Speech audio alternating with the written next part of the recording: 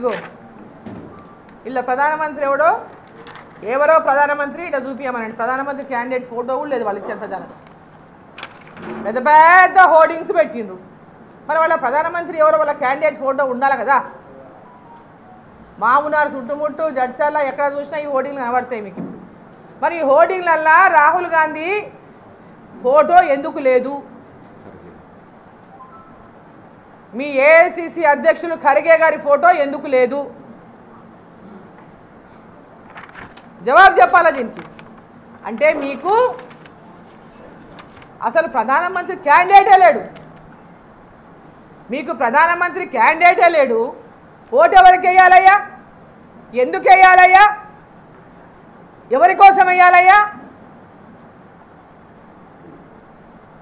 ఈడ ఓడిపోతే నీ కుర్చీ ఏమైనా పీకేస్తామని చెప్పిండ్రా వాళ్ళు? నీ కుర్చీ పీకేస్తారనే భయానికి ఈరోజు కేంద్రంలో నరేంద్ర మోదీ ప్రధానమంత్రి గారు ఉండొద్దా? నరేంద్ర మోదీ గారి యొక్క ప్రధానమంత్రిగా ఉండి ఈ ప్రాంతానికి మేలు చేయొద్దా? ఈ ప్రాంతంలో అభివృద్ధి జరగొద్దా?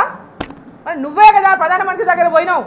తెలంగాణ అభివృద్ధి కోసం సహకరించండి ప్రధానమంత్రి గారు అని నువ్వే పోయినావు కదా.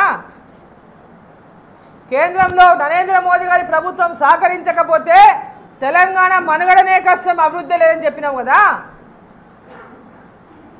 నేను కొట్లాడను, అభివృద్ధి కోసం కలిసి పనిచేస్తా అని చెప్పినావు కదా. మరి పూటకొక మాట ప్లేట్ ఫిరాయించాలి. ఇదెక్కడ రాజకీయమయ్యా? కొత్తగా చూస్తున్నాను నీ దగ్గర. నేను ఏదైనా ఒక మాట మాట్లాడితే ఆ మాట కట్టుబడినే ఉంటారు. పొద్దున ఒకటి చెప్తావు, సాయంత్రం ఒకటి చెప్తావు. ఫార్మాసిటీని తీసేస్తా అని చెప్తుంది, తర్వాత మళ్ళీ ఫార్మాసిటీ ఉంటుందని చెప్తుంది. అట్లా పూటకొక మాట మాట్లాడి తెలంగాణ ప్రజలంతా కూడా కన్ఫ్యూజ్ చేసుకుంటా అసలు ఈ 6 గ్యారెంటీలు అనేటివి చెయ్యలేమని స్వయంగా రేవంత్ రెడ్డి గారే చెప్పిండ్రు. కేంద్రంలో రాహుల్ గాంధీ ప్రధానమంత్రి అయితేనే ఈ 6 గ్యారెంటీలు అమలైతాయి అన్నాడు. కేంద్రంలో రాహుల్ గాంధీ ప్రధానమంత్రి అవుతాడా? రాహుల్ గాంధీ ప్రధానమంత్రి అయ్యేదే లేదు. పసి పిల్లగాని అడిగినా చెప్తారు ఈ దేశంలో ప్రధానమంత్రి ఎవరు అవుతారంటే నరేంద్ర మోదీ గారు అవుతారని.